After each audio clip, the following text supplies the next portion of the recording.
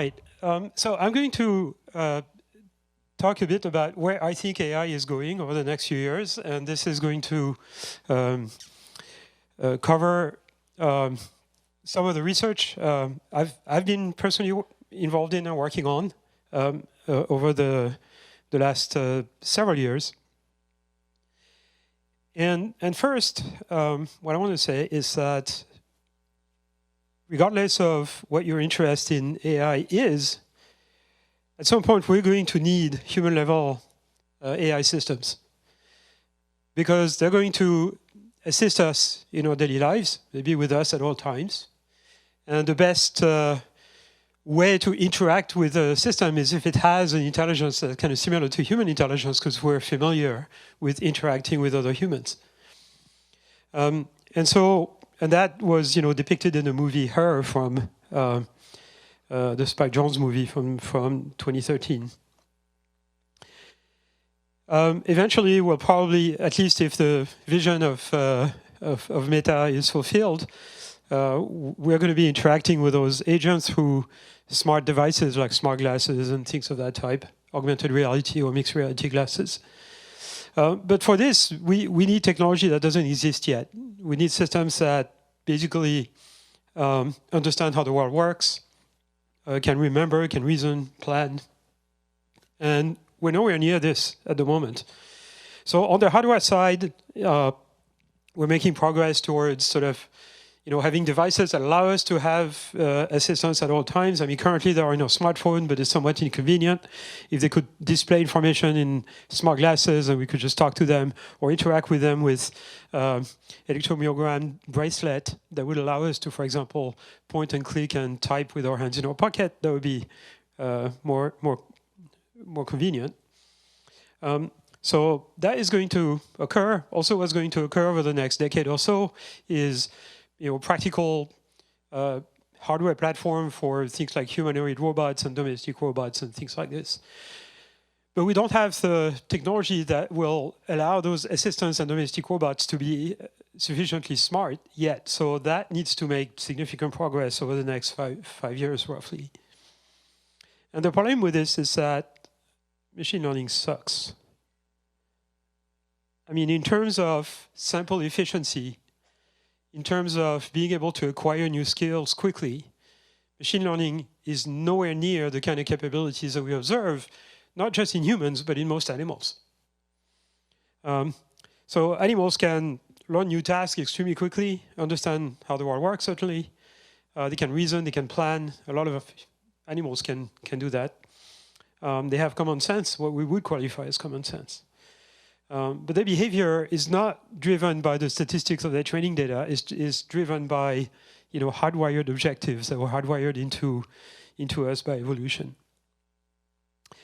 Okay, so we have some progress to make. Now let's talk about what current AI technology that everybody talks about does. Auto-regressive large language models. We call them LLMs, right, or chatbots, but they're really auto-regressive LLMs. So they're really trained to predict the next word that follows a text. Many of you already know this. You take a text and you train a system to just predict the next word that follows that text. Now, because of the architecture of the kind of network that is trained to do this, you can actually train it in parallel. And in effect, the way you train those systems is as an autoencoder. You train the system to reproduce its input on its output, but because it cannot see a particular input to produce the corresponding output, it can only look at the ones to the left. It's called a causal architecture. In effect, you're training it to produce the word that follows a text. You're just training it to do this for every word in the text in parallel, which is very efficient. Okay, so it scales very well. You can scale those systems to hundreds of billions of parameters, and there is some sort of emergent property that comes out. Those systems seem to really have some level of understanding of the underlying reality. But it's pretty shallow. Now, once you've trained a system of this type, you can have it produce text auto-regressively, which means it can predict the next word that follows a particular prompt that you give it, and then you shift that word into its input, shift everything by one, And now you can predict the second next word, shift that in, third next word, etc. Right? So that's auto-regressive prediction. It's not a new concept. It's been around since the 1950s, if not the 1940s, actually. But there is a major limitation with this, which is that there is no way for the system to really kind of reflect about something, right? It's going to spend the exact same amount of computation for every word or every token that it produces. Okay, so if you ask a system like this a question, like a yes/no question, does 2 + 2 = 4? Okay, it's going to spend a particular quantity of computation to answer this. Now ask, does P = NP?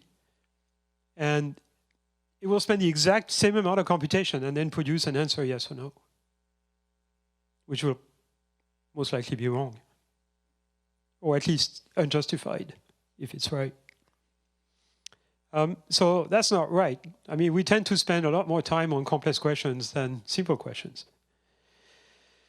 There is another problem, which is that under some assumptions, right, if you think that in the space of all possible sequences of tokens or words, okay, think of it as a tree, there's a subtree of acceptable answers for the question, okay? At every token produced by the system, there is some probability that it will take you out of the subtree of acceptable answers. Now, if you make an incredibly strong assumption, which is that this probability is constant and independent for all the token in the answer, which is of course false, but let's say a first approximation, then what that means is that the probability of staying within the subtree decreases exponentially as time goes by. And it's almost inevitable. And so the more output, the longer an output the system produce, the more it's going to become either wrong or irrelevant. And there is some, I mean, this is kind of a very informal argument, but there are some papers that kind of study this. So we're missing something really big, and even bigger than just the small issues that I mentioned. Never mind humans. Cats and dogs can do amazing stuff that we cannot come even close to reproducing with our AI systems. Any house cat can plan really highly complex actions. Just observe a cat, standing at the bottom of a bunch of furniture, thinking about how he's going to jump on the top of the furniture. They clearly plan. In humans, any 10-year-old can clear up the dinner table and fill up the dishwasher without being trained to do it. The first time you ask the 10-year-old to do it, he or she'll be able to do it. That's called zero shot. No need for training.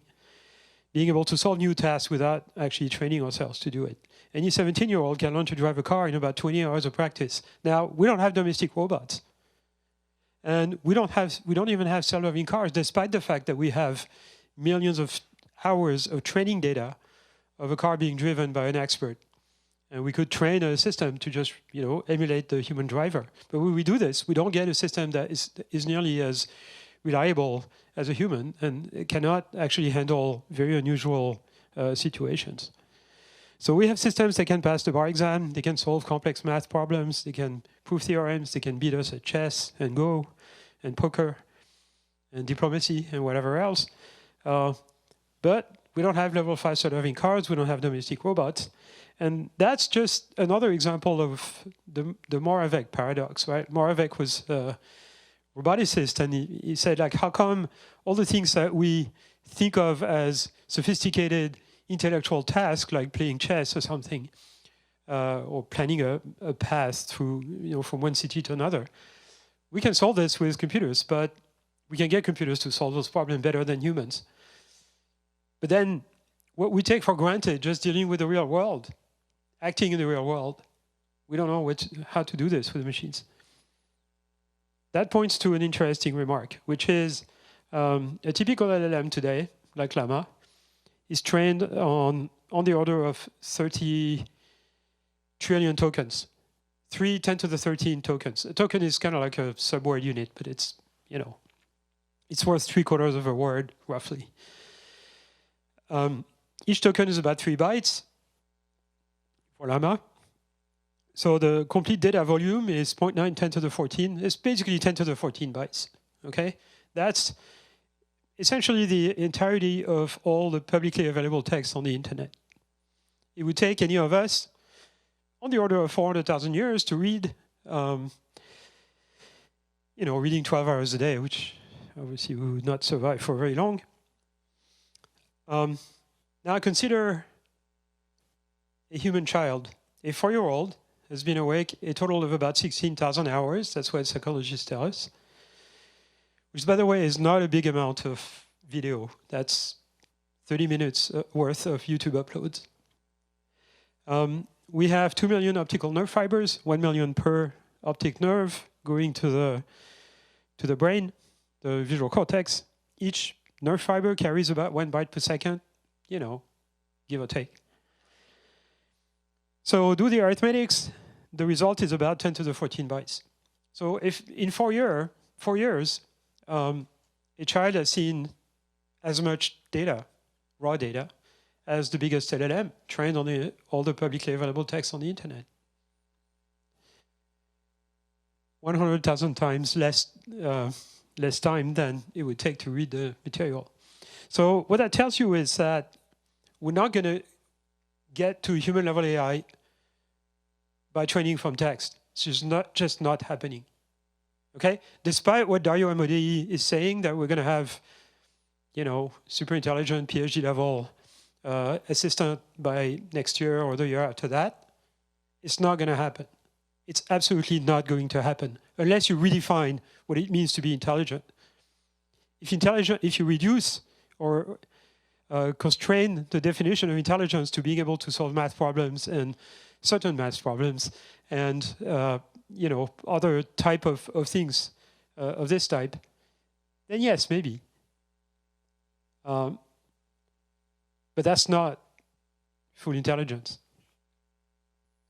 So there's one immediate consequence of this, which is that we're not going to have super intelligent system, anytime soon, and we're not going to die next year. Okay. So how do babies learn how the world works? They basically learn this mostly by observation in the first 3 months of life because they can't really interact with the world, beyond their limbs. So they certainly build an active model of their own body, okay, because they can move their limbs. But the model of the external world, it's mostly through perception, passive perception. I mean, they can move their eyes, obviously, but not really grab objects or anything. That comes later. But things like gravity and inertia, basically what we call intuitive physics, is not acquired by infants until the age of about 9 months. So before 9 months, you show the scenario here at the bottom to a 6-month-old child where an object is on a platform and you push it off the platform and it appears to float in the air. 6-month-old baby will barely pay attention. A 10-month-old will go like the little girl here because in the meantime, baby has learned that objects that are not supported are supposed to fall.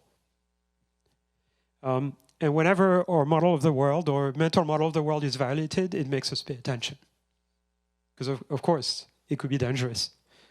Okay, so that gives us a list of what we want advanced machine intelligence system to have. We want systems that learn those world models from sensory inputs.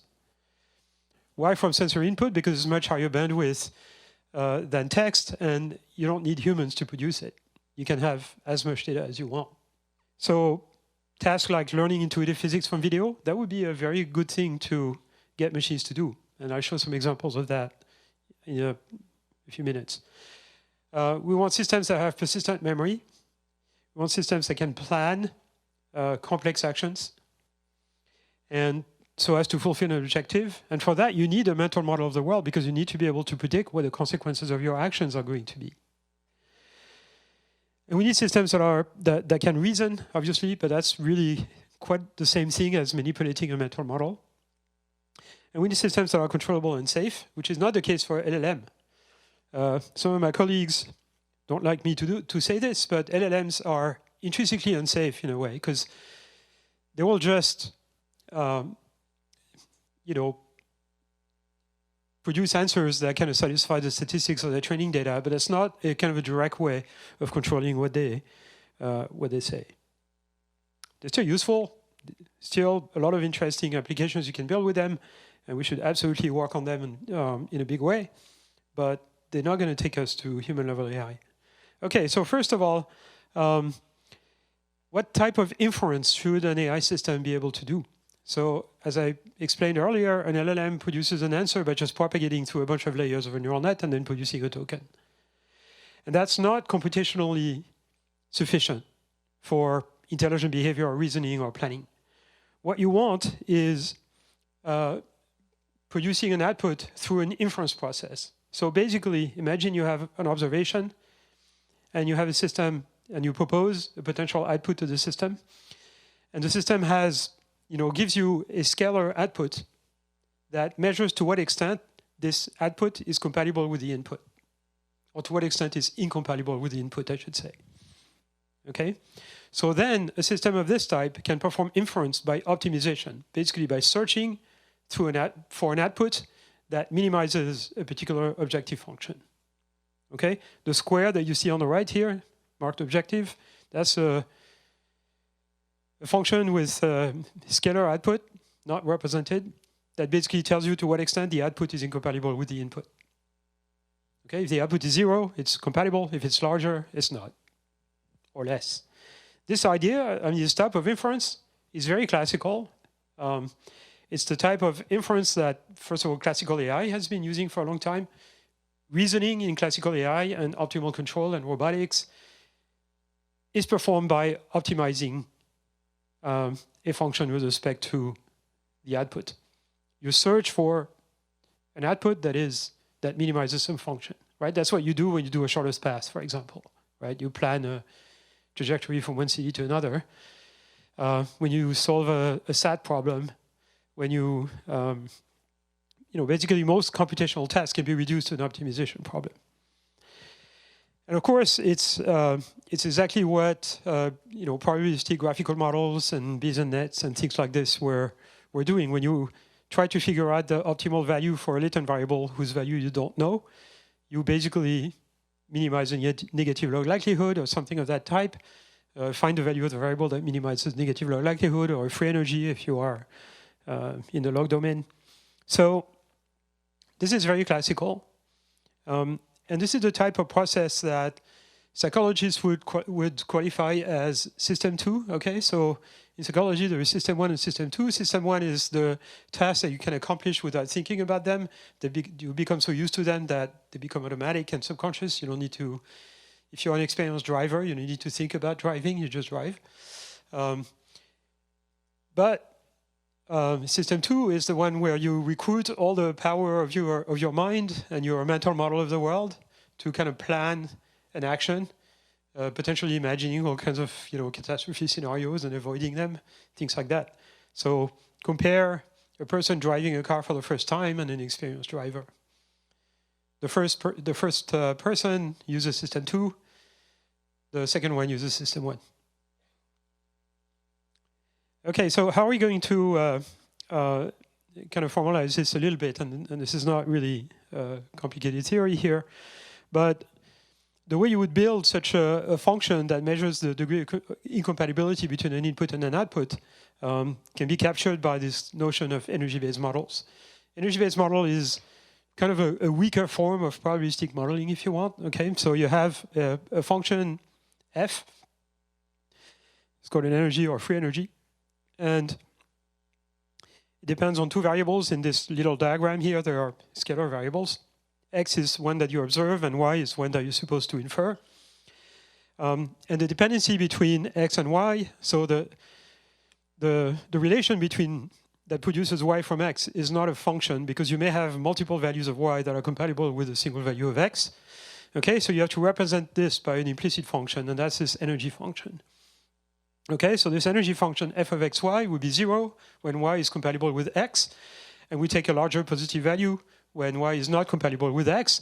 And if you build the thing properly, this kind of energy landscape would be kind of smooth, so that if I give you a value of x, you can easily find a value of y that minimizes this energy through optimization, perhaps using gradient information or something like this. Okay, so to train a system like this, you would need to train the parameters of this energy function, which could be some big neural net, in such a way that it gives you low energy on examples of X and Y that are compatible and high energy for everything else. And that's the hard part. I'll come back to this later.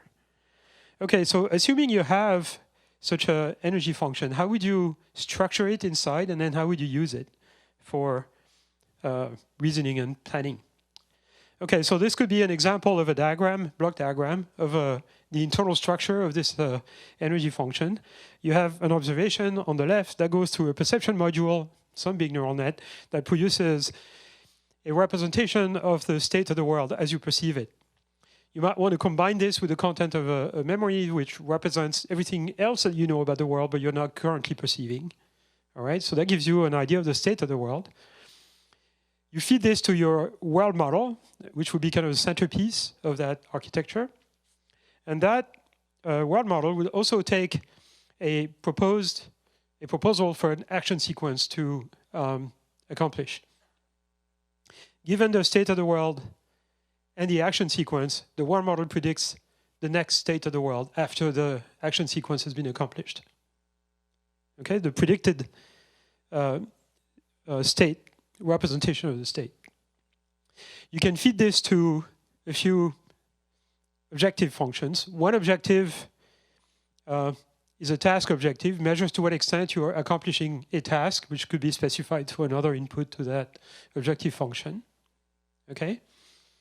And then perhaps a set of other objectives that would be guardrails. So guardrails that guarantees that the sequence of actions that will be taken is not dangerous or respects some boundaries of some kind. Okay, so the way the system operates is that given an input, a perception, the system searches through optimization. It searches through an action sequence that minimizes the objectives and the guardrails. You can think of the guardrails as constraints that need to be satisfied as opposed to costs, or you can view them as cost, penalty functions if you want. Okay, so that's an example of inference by optimization. Now, in classical control theory, a world model is something that, given the state of the world at time t and an action you might take at time t, gives you the state of the world at time t plus delta t, right? Let's say your world model is some sort of differential equation that governs the dynamics of a robot arm or a rocket or something like that. So you might want to run your world model multiple times, okay? Unfolded in time as represented here. So here you have a sequence of two actions. You feed it to your world model, but the world model kind of, take the second step, take as input the output, the predicted output from the previous time step. And the guardrail cost can be applied to the entire trajectory, not just to the final state. Same for the task cost, actually. This type of architecture is very classical in optimal control. It's called, or this kind of operation is called model predictive control. Right? You plan a sequence of actions so that, according to your world model, a particular objective will be fulfilled. And you do this by optimization. Now, in reality, the world is not completely deterministic, so it could be that you may have to do this in the presence of uncertainty. And those extra variables here, the latent variables, you could think of as variables that represent everything you don't know about the environment that sort of makes it non-deterministic, if you want. Okay, so draw those variables through some from some distribution or optimize them in some way to be able to do the planning. That makes everything much more complicated, but we're going to ignore this for the time being. Ultimately, though, what you would want to do is not planning at a single level, because it could be impossible because you just don't have the information. Turns out I have to be in Paris tomorrow. It's true. It's a true story. And to go to Paris and be in Paris tomorrow morning, I cannot plan my entire trip from here to Paris in terms of millisecond by millisecond muscle control, which is really kind of the lowest level actions that a human can take. Instead, I have to plan this at a very high abstract level where I don't need to have all the information to do this planning. So I don't need to know anything about much to know that to fly to Paris, I need to go to Paris, I need to go to the airport first and catch a plane. Okay? And then going to the airport now becomes my sub-goal. I need to figure out how to go to the airport. Well, I need to, well, the example I have is from my office at NYU. So if I'm in New York, I need to just go on the street, hail a taxi. You can do this in New York. Now I'm sitting in my office at NYU. How do I go on the street? I need to walk to the elevator, press the button, walk out the building. How do I go to the elevator? I need to stand up from my chair, pick up my bag, open the door, walk to the elevator, avoiding potential obstacles on the way, etc. And there is some point in the hierarchy where I can just act. I don't need to know more than what I currently perceive. I don't need to plan because I'm used to standing up from my chair. So I can just accomplish the task, right? So, but almost everything we do, we use this kind of hierarchical planning. And it's true of animals as well. Here's the thing though, we have no idea how to do this with machines. We have no idea how to train a machine so that it has a world model that can do this type of hierarchical planning. Robots do hierarchical planning, but the levels are kind of hardwired by hand, if you want. How do we train a system to do this? From examples. So that led me to kind of constructing all of those components that you see here can be put into some sort of architecture that people have called cognitive architecture, where the centerpiece is a world model. This is actually kind of represented roughly where it could be in the human brain, by the way. A world model is basically all your prefrontal cortex. Perception is in the back. Motor control is kind of in the middle. The memory is kind of inside, is the hippocampus. That's your short-term memory. And then in the basal ganglia, at the bottom of the brain, you have a bunch of those objective functions, at least if you squint. So that leads to this architecture called objective-driven AI, and that's what I just described. Okay, and I wrote kind of a vision paper about this about 3 years ago. I put online on Open Review. It's not on archive, it's only on Open Review, so that people can comment. And it's called A Path Towards Autonomous Machine Intelligence, where I explain a lot of what I just went through. Okay, so how far have we gone in that direction? And can we train a system to learn how the world works from video the same way we train a system to produce language by just training it to predict the next word in the text? Can we do this with video? Right? Show a video to the system and then train it to predict what's going to happen next in the video. If the system is able to do a good job at this planning, that means it has understood the underlying nature of the world. It probably knows that the world is three-dimensional, that some objects can move spontaneously, animate objects, and most other objects obey simple rules of physics, and blah, blah, blah. So can we use the same techniques that we use so successfully for text to train a video system? And the answer is absolutely not, despite what you might read. Okay, so there's a lot of people in the field today who strongly believe that the way you get a system to understand the real world is you train it to predict at a pixel level what happens in the video.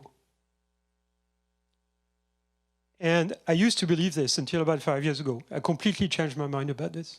And I've become actually kind of philosophically opposed to this very idea. Okay? It just doesn't work. And we've tried to do this. I've worked on this for the better part of the last 20 years, trying to predict what's going to happen in the video, based on this idea that, you need self-supervised learning. You don't want to train a system to accomplish a particular task. You just want to train it to understand the world. And then learning a particular task will be very simple and fast, which is why I never believed in reinforcement learning, for example. So why does it work for text so well, and why does it not work for video? And the answer is very simple. It's just that text is simple. Language is simple. we think of text, of language as kind of the epitome of human intelligence. But in fact, no, language is simple. It's like chess. Chess is simple. It's like solving integrals, computing integrals. It's actually simple. It's hard for humans, but algorithmically, it's not that hard.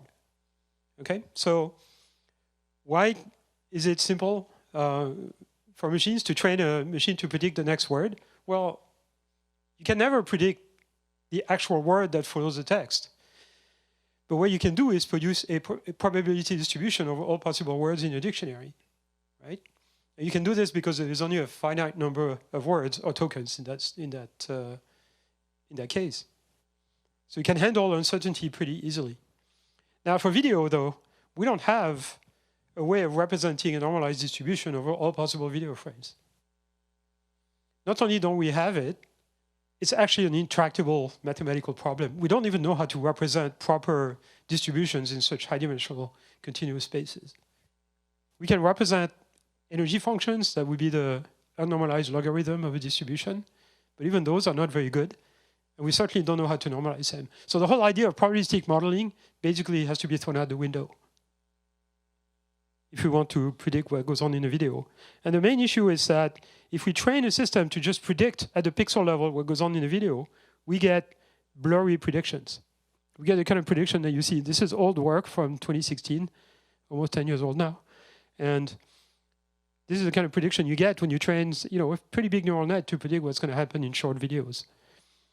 The second column at the bottom here is also what you get when you try to predict the trajectory of cars on a highway. Blurry. Okay, so my solution to this is something I call joint embedding predictive architecture. And this is what it looks like. Now, what's the difference with what I showed you before? The difference is that Y goes through an encoder now. Okay, so you take a video, call it Y, you corrupt it or you transform it, or you encode an action that maybe took place between the second video and the first. Call this X, run it through an encoder as well, and then try to predict not the entire video, but the representation of that video. Okay? So instead of making prediction at the pixel level, make predictions in representation space. Now, if the A variable here is an action that is being taken in the world, then this is a world model that basically, given the state of the world, representation of the state of the world at time t, Sx, and an action predicts the representation of the world that will result from taking this action. So that's the difference between those two architectures. On the left, you have generative architectures. They predict Y. On the right, you have the joint embedding predictive architectures, JEPA. They predict an abstract representation of Y where all the details in Y that are essentially unpredictable are eliminated.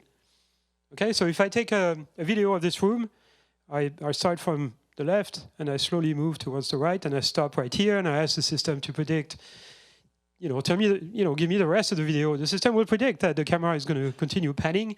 It's probably going to predict that this is a room. It might even predict that there's blinds on this side because, we can figure out the lighting pattern on everyone's face. There's no way it can predict what every one of you looks like. Absolutely no way. The information is just not there in the initial segment. It can't predict, which chairs are occupied or not. It can't predict the detailed texture of the carpet. So if you try to train a system to predict at the pixel level, it's going to spend all of its resources predicting things that it can't predict. As a result, it's going to predict, a blurry mess, which basically is the average of all the possible things that could plausibly happen. So if you do this in representation space, you simplify the problem a lot. But then there's one problem that's complicated, which is how you train those architectures. Okay, so there's several types of the joint embedding architectures. The one on the left, pure joint embedding architecture. If the two encoders are identical and share the same weight, that's called a Siamese neural network. It's an old concept from one of my papers in the early 90s. The JEPA with the predictor is the one in the middle, and then the action condition JEPA is the one on the right, where the Z variable here is either a latent variable or an action that is being taken, and that could be seen as kind of a causal model of what happens in the world, given an action or transformation that may occur. So that's the kind of architecture we're going to need to train. And how are we going to train it? So that's where those energy-based model story kind of becomes somewhat useful, because, as I said before, the way you would train an energy-based model of this type is you would make sure that the energy produced by the system, which is the value of those objective functions, okay, is low for examples, training samples of x and y, and then high everywhere else. It's easy enough to make the energy low for training samples. You just show an example of x and y that from your training set, and tweak the parameters of the system so that the scalar energy goes down. Super easy. The problem is, how do you make sure the energy is higher everywhere else? And there's two types of methods. There's more, but there is two major categories of methods. So if you don't explicitly make sure that the energy is higher outside the manifold of data, you run the risk of having a system that's collapsed. Basically, it gives you zero energy for every pair of x and y, and that's not a good model. You need a contrast between the good pairs of xy and the bad pairs of xy. Okay, so two classes of method, contrastive methods. A contrastive method consists in generating other pairs xy that are not on the manifold of data, and then you push their energy up. There's an issue with contrastive method. I used to be a fan of them. I kind of invented them with this Siamese network stuff, but it doesn't work very well in high dimension. If you have a high dimensional representation space, then you're going to have to generate a number of contrastive samples here that basically in the limit grows exponentially with the dimension, and so it doesn't scale very well. Experimentally, it doesn't work very well either. There's an alternative which I call regularized methods. And those are methods where either by construction or through a regularizer function, the volume of stuff that can take low energy, the volume of space that can take low energy is limited somehow or minimized. Sounds a little mysterious, but I'll give you an example of how this can be done. So again, contrastive method versus regularized methods. Regularized methods try to minimize the volume of stuff that can take low energy. So the way we're going to test this experimentally is that we're going to train one of those joint embedding or JEPA architecture on unlabeled data, okay, either with video or images or whatever. And then we take the encoder and use the representation learned by the encoder as input to a supervised classifier or predictor or something that we're going to train in supervised mode to solve a particular task, like object recognition or segmentation or whatever it is. Or action recognition in video, for example. Okay? That's the standard way you train self-supervised learning.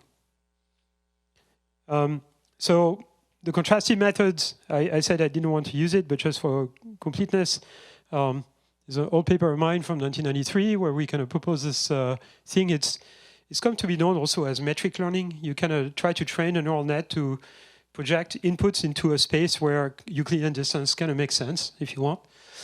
Semantic sense. There's been two other papers from my lab in the mid-2000s, and then a paper from Google in 2020 called SimClear, which showed that this type of method can give decent performance for self-supervised training of image recognition, object recognition system. But again, the representation that are produced by those methods tend to be low dimensional, not more than 200 or so. Okay, there's another set of methods which I didn't mention. They're sort of regularized methods, but they're not completely well understood. They're based on distillation. And they're very popular at the moment. So basically, they consist in, again, having two encoders, but the weights of the encoder on the right is an exponential moving average of the weights of the encoder on the left. So think of it as the encoder on the left is trained, and its weight can change pretty quickly. And it's trained with the output coming out of the encoder on the right. The encoder on the right does not, you don't backpropagate gradient to it. There is the red arrow, the red cross here says the gradients are not backpropagated.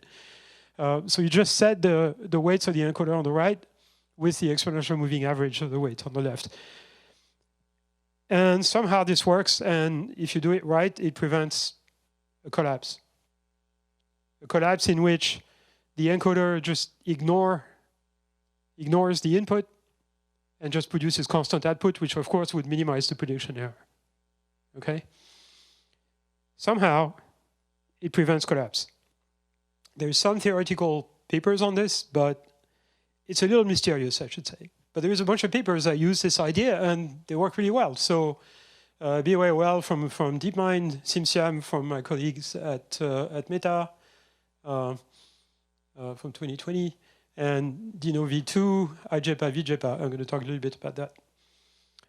But with this, so there's a particular image extraction, self-supervised image feature extraction system called this Dino V2. It was produced by my colleagues at Fair Paris. And it works really well. People use the Dino V2 features for all kinds of applications in computer vision. Just use it as a generic feature extractor, feed it to a supervised classifier, and with just a few samples, you can train your classifier to accomplish just about any vision task. So one of our colleagues, for example, took satellite images and had a small amount of labeled data where the height of the canopy was labeled for some areas. And so she trained the head using this small amount of data, then applied it to the entire Earth, and then was able to evaluate how much carbon was captured in vegetation in total in the entire Earth, which is a quantity that is interesting to know for climate change prediction. Okay, but literally hundreds of people use these features. Okay, so here is a version of this where we can use it to build a world model. And it's called Dino WM, Dino World Model. This is a recent paper on arXiv by a student co-advised by Leral Pinto, who is a roboticist at NYU, and myself. Name is Gaoye Zhu. And the basic idea is you take the representation of an image produced by Dino V2, and then the representation of an image of the environment after you've taken a particular action, okay? And you train a predictor. You keep the encoder fixed, but you train a predictor to predict the representation of the world after the action has been accomplished, right? So once you have that predictor, which is action conditioned, you can use it for planning. You show the system an initial state, extract the features with Dino V2, and then run your world model multiple time steps, maybe 10, something like that. And then measure the distance in representation space to a target state that you want to attain, that you want, for example, a robot to accomplish a certain number of task actions so that you reach a particular goal. And so you feed the target state to the encoder again, and then you measure the distance in representation space. And now by optimization, you figure out a sequence of actions that minimizes this task objective. And this works really well. So these are images of reconstructions produced by a separately trained decoder. We don't use a decoder for training. There's no decoder. It's very important. Whenever you train something to an image encoder through reconstruction, it doesn't work very well. It doesn't work as well as if you train using those joint embedding type criteria. Okay, so what you see at the top is this is a problem where you have like a little blue dot that you can move around, and it can push a shape, a T-shaped object. So at the top, you have a sequence of action being taken and the result of applying this sequence of actions on the actual environment, which is a simulated one. Okay? At the bottom, this is the prediction that the Dino world model would produce. So we take the representation resulting from the prediction of the sequence of actions, and then for each time step, we just run it through the decoder, so we can produce an image that corresponds to this. But again, this decoder is trained separately afterwards. And you can see that it's pretty similar to what goes on in the first row, right? So the last row is almost identical to the first one. Everything in between are sort of other methods that people have proposed to kind of solve this problem using various techniques. None of them does nearly as good of a job. Now the dynamics here is super simple, but there are other situations where the dynamics is really more complicated. So here, what the robot does is that it goes down on a plate, on a platter, and it moves by delta x delta y, and that pushes a bunch of blue chips, which kind of push onto each other. So it's a fairly complex kind of dynamical system, which you can simulate, but you can't really sort of reduce to equations that would allow you to plan. And again, at the top is the ground truth, what actually occurs after executing a certain number of actions. And at the bottom is a decoded version of the internal state of the system after having accomplished the same imagined actions. And the result is pretty similar. And again, the other methods are not nearly as good. I'm going to bore you with results. It just works better. Okay, let me show you some videos. It's more fun. Okay, so you can apply this to all kinds of situations, train world models or predictors for various situations, for pushing a tier around, for navigating through a maze, or for doing those tasks of moving a little string or a bunch of chips. Let me show you the last video. I think it's the more fun one. So you set that system with arbitrary goals with an initial condition, and then what you see at the bottom is the robot using actions that are planned to try to reproduce the configuration, the target configuration that it's observing. And it's limited to a relatively small number of actions here. And some of this is done open loop, some of it is done using what's called receding horizon planning. And we can apply this to all kinds of situations where that require planning, and works pretty well. But there's still a lot more work to do there. Okay, those architectures, that's a bit of a cheat that I just told you, because the encoder is pre-trained. It's pre-trained using self-supervised learning, using a distillation method. V2 uses distillation method to train the visual encoder. But the predictor and the world model is trained separately, right? It assumes the encoder is already there. In image-JEPA and video-JEPA, everything is trained at once, also using distillation method, but we train also the predictor simultaneously. So there's two papers, one very recent on Video-JEPA. And I'm going to go fast on this, but this technique of using distillation method to train one of those JEPA architecture works really well for learning visual features, to recognize objects, or segment images, or doing other tasks. It's much faster than alternative methods of self-supervised learning, and it gives better results. Dino V2 gives better results because it's trained on much bigger data sets, and we haven't yet compared exactly. But what we compare it with here is another project that took place at FAIR called MAE, Masked Autoencoder. So that method is basically an autoencoder, a denoising autoencoder. You take an image, you mask certain parts of it, and then you train a gigantic neural net to reconstruct the full image from the partially masked one. And this doesn't work nearly as well. It's much more expensive. And in fact, this project was canceled, abandoned. So the main lesson there is, if you're going to train a system to produce representations of images or video, do not train it to reconstruct. It's not going to work, which is why I don't think any of the efforts using models like Sora or video prediction systems to produce world models are ever going to work. It's a complete waste of time.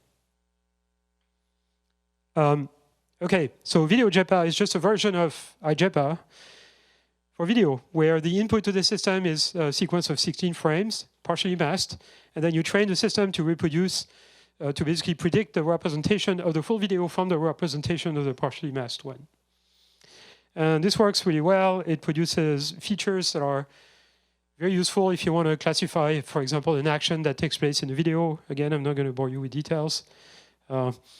And it can basically hallucinate what goes on in the video. So this is a partially masked video, and what you see on the right is it's sort of an output produced by a separately trained decoder, okay, using diffusion model.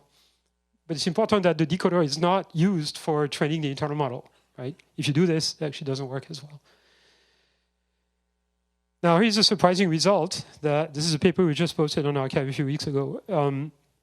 If you take this Video-JEPA model and you show it videos where something really weird occurs, something that's not physically possible, the system can tell you that it's not physically possible.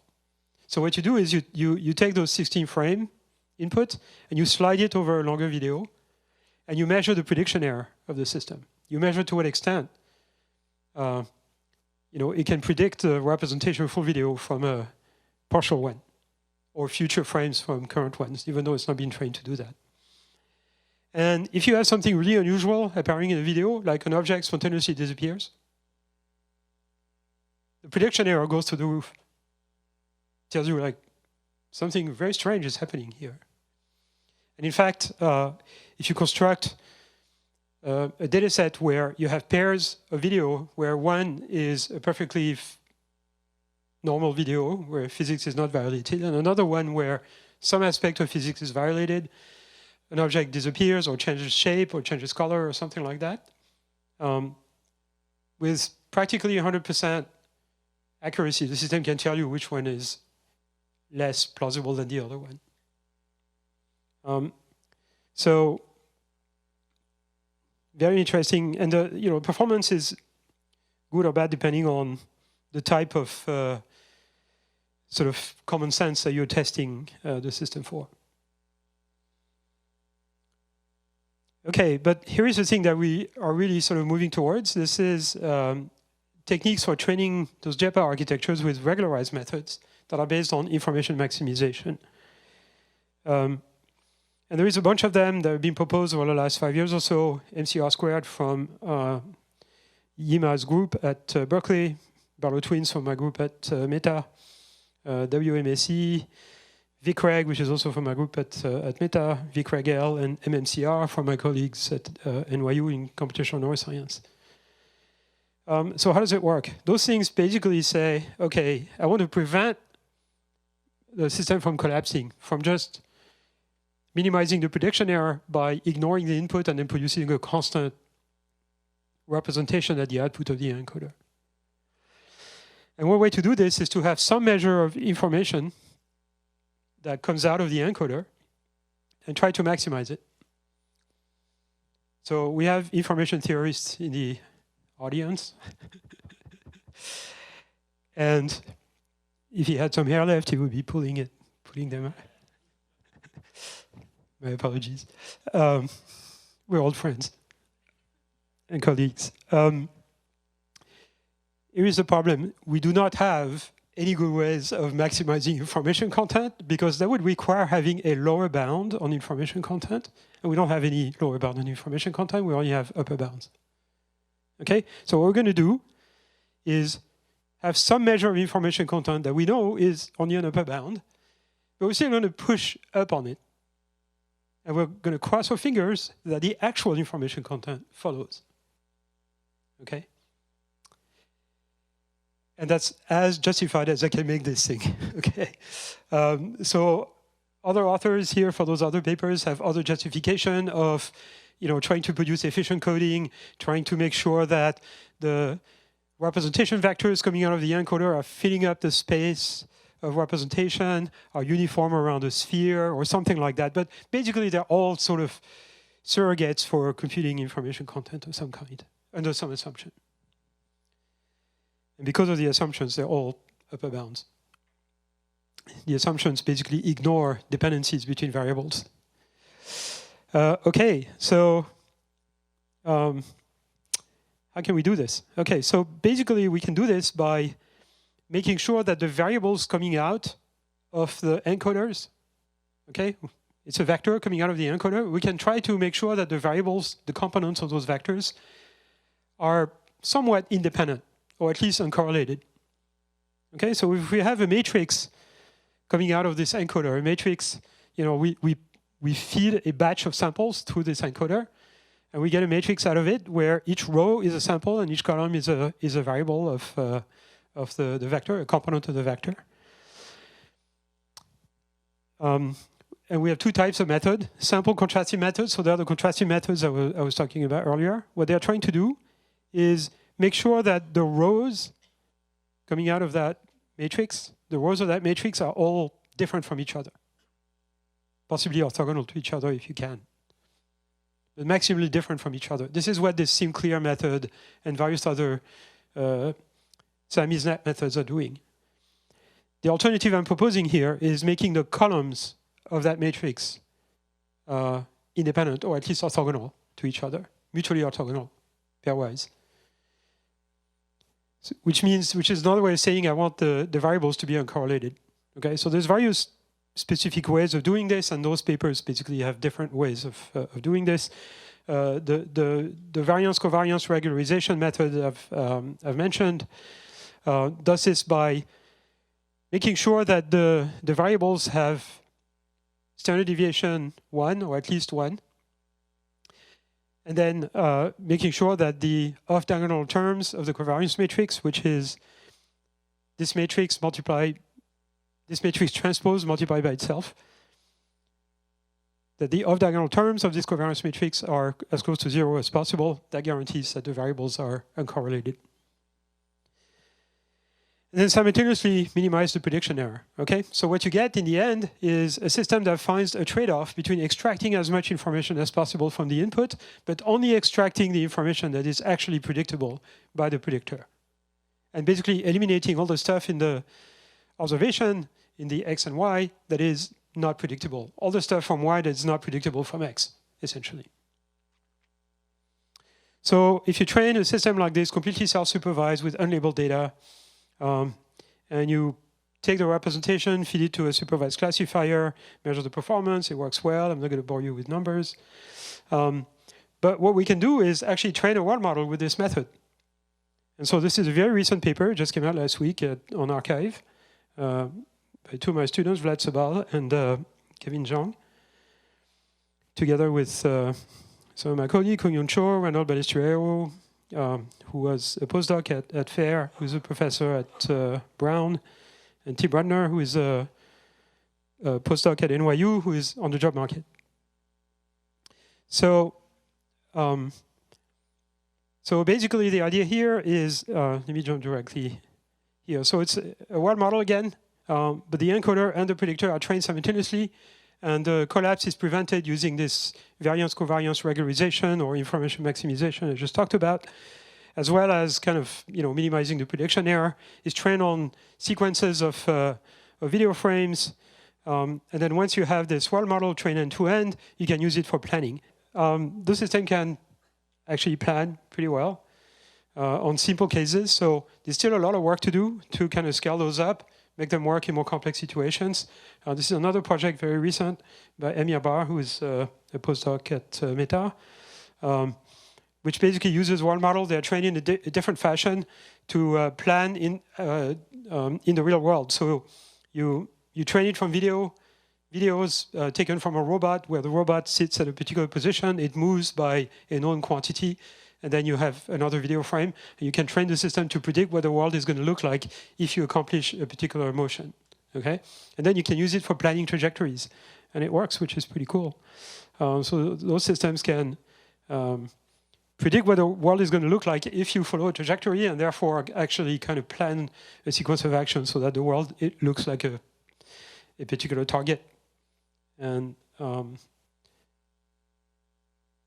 lots of fun videos there. Okay, so let me conclude because I'm badly out of time.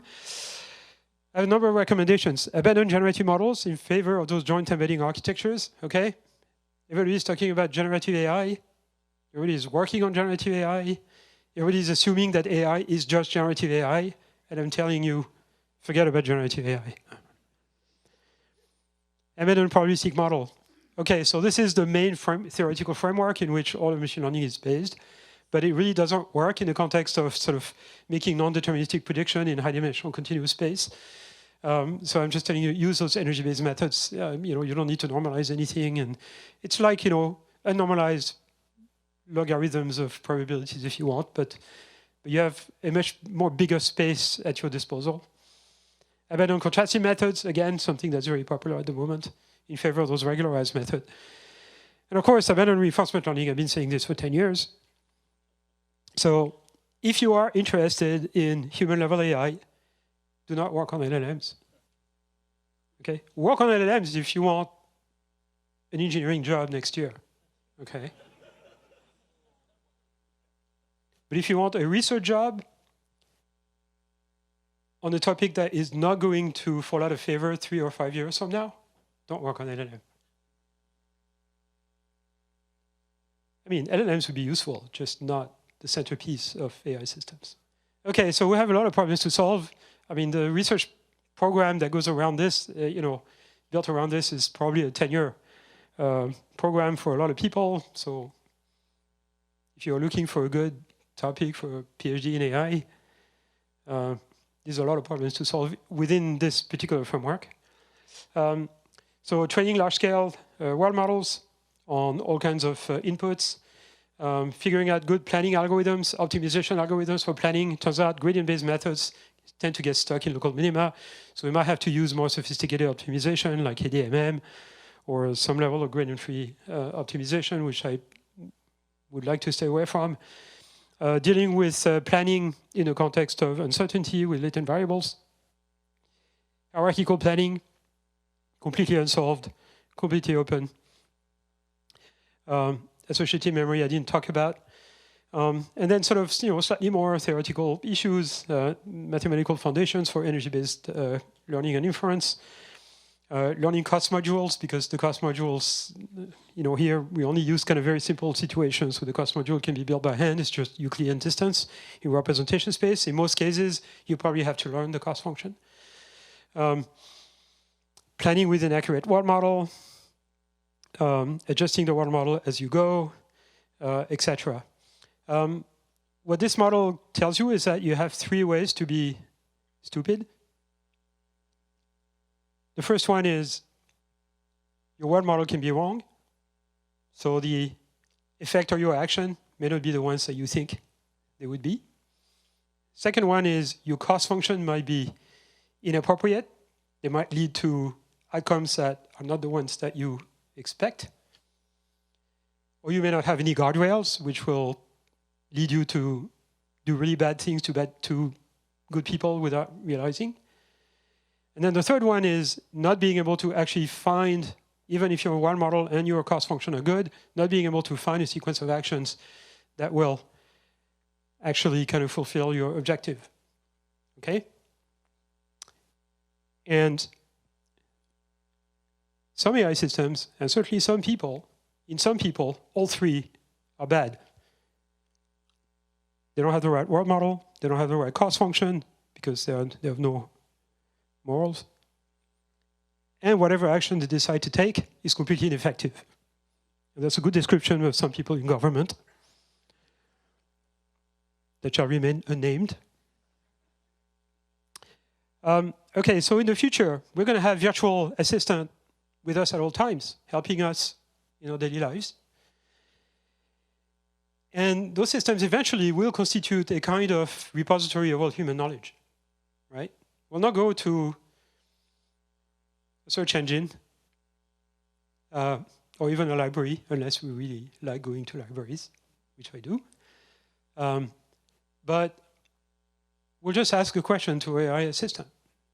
We may even pose a problem to our AI assistant and might be able to solve it.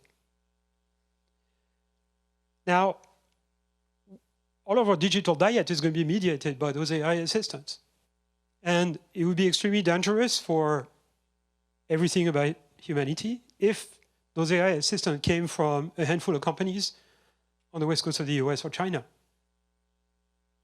For linguistic, cultural diversity, for different value systems, political leanings, whatever it is, we cannot possibly get all of our information diet from just a few systems of this type.